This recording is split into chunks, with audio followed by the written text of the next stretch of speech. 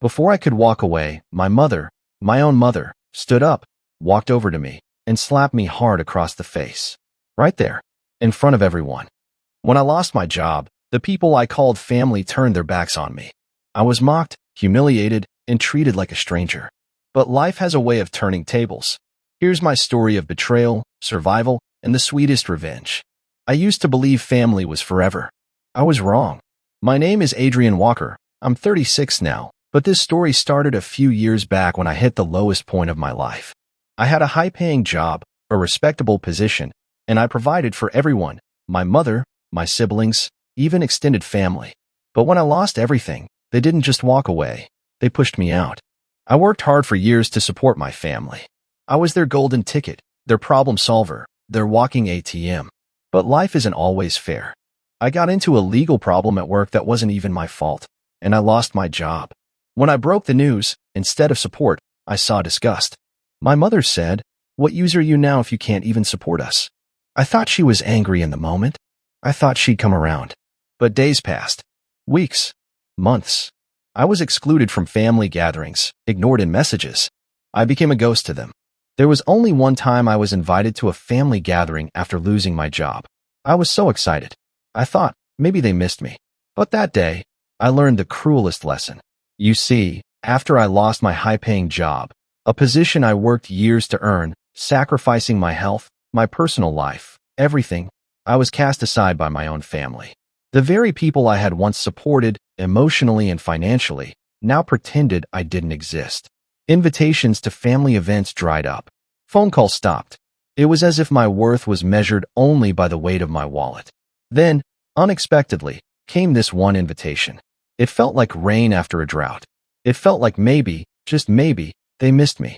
Maybe they wanted me back. Maybe they finally realized I was family, not an ATM. I spent the whole week looking forward to it.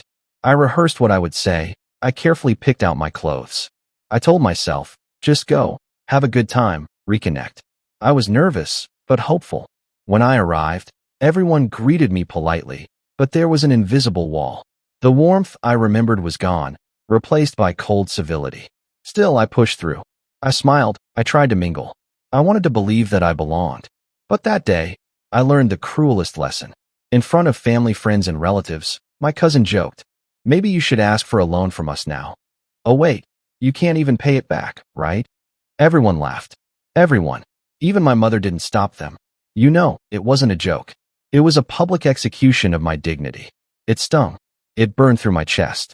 My hands were trembling, but I managed to gather myself and said calmly, "I may not have money now, but at least I don't need to sell my self-respect to survive. Can you say the same?" The laughter stopped. His smirk vanished for a second. But before I could walk away, my mother, my own mother, stood up, walked over to me, and slapped me hard across the face. Right there, in front of everyone. "How dare you speak like this?" she shouted. "You have no right to talk down to anyone here. You're nothing now." Nothing. The silence in the room was suffocating. No one stepped in. No one stopped her. They just watched. You might think, why would a mother humiliate her own child and favor someone else? You might think, this is bizarre. Which parent, or more importantly, which mother, would discourage and criticize her own child like this? Let me tell you, there's a story to it. A dark story. My mother has always been a manipulator. Growing up, I didn't see it clearly. She was skilled at wearing the mask of a perfect mother in front of others. She was loving in public, but behind closed doors, she controlled, she compared, she criticized. My father, God rest his soul, suffered the most under her manipulation. He wanted peace, but she wanted power. She wanted control over everything. And when my father fell ill, it was her negligence, her obsession with parties, appearances, and chasing social status that hastened his decline. He needed care. She needed the next grand event. When my father passed away, the cracks in my family began to show. Grief didn't bring us closer. Instead, it split us into fragments. My mother remarried a man I barely knew, barely trusted. Along with him came his 2 children, my new step-siblings, whom my mother slowly began to favor over me, as if I had become a living reminder of the life she had before.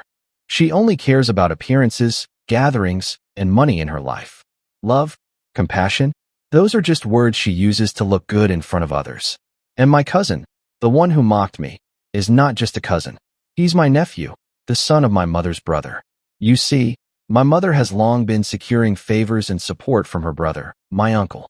Financial support, social leverage, connections. It was an unspoken arrangement. She wouldn't dare jeopardize that by defending me, her unemployed son, the now useless piece in her social chess game. My cousin, my nephew, is her investment.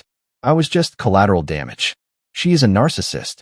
She thrives on admiration and fears rejection. She fears she will lose her brother's financial support if she does not behave as expected, even if that means throwing her own son under the bus. That day, standing there with the sting of her slap burning on my cheek, I realized the painful truth. I was never her priority. I was never the golden child in her carefully crafted world of wealth and reputation. I walked out that day, promising myself one thing. I will return, not for their approval, but for my own closure. I will rebuild myself, not to prove to them that I'm worthy, but to prove to myself that I was always worthy, even when they couldn't see it. I started from scratch. I took freelance gigs, small, poorly paid, unstable, but they kept me alive. I learned new skills I had never thought I would need. I stayed up all night watching tutorials, reading, practicing, failing, trying again. I worked day and night, some days not eating, some nights not sleeping. No backup, no family, just me against the world. It wasn't easy. I failed more times than I can count. I broke down, alone in the small rented room that barely had enough space for me to stand. I cried until I couldn't breathe, until my throat burned. But I kept moving. I didn't know where I was heading, but I knew I couldn't stay in that pit. I had to climb. Slowly, painfully, things started to shift.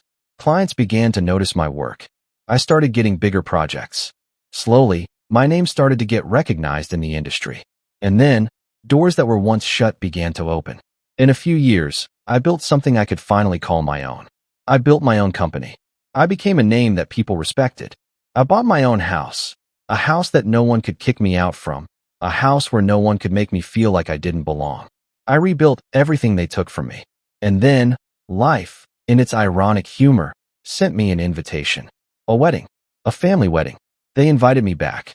But this time, things were different. I remember the exact moment I read that invitation. My hands didn't tremble. My heart didn't ache. There was no longing left in me. Because during those years when I was scraping the bottom, when I was eating instant noodles for days, when I was struggling to pay rent, they ignored me. My own mother ignored me. My step-siblings, the ones who laughed at my failures, crossed the street to avoid me. They acted as though I was dead. But now that my name was printed in magazines, now that my company was winning awards, now that I had made it, they suddenly remembered me. Suddenly, my mother began telling people, "That's my son." My step-siblings would casually drop my name in conversations, as if we had been close all along. They used my success like a badge they hadn't earned. They wanted me back, not because they loved me, but because I was useful again. Because I made them look good. They wanted to stand next to me in photographs. They wanted the world to see them as the family of a successful man. But they forgot. I remembered everything. I went to that wedding, wearing a suit tailored to perfection, walking with the quiet confidence that years of struggle had carved into me.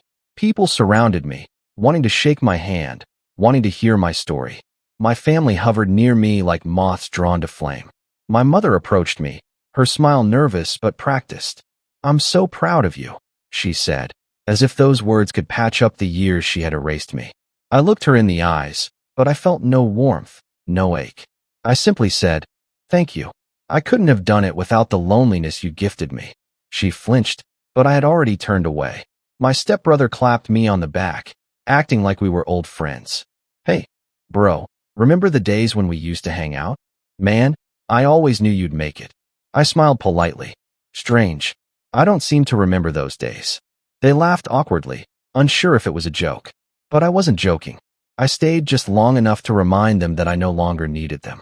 And then I left. I didn't go back to their lives, their small talk, their pretend affection. They had their chance to be my family.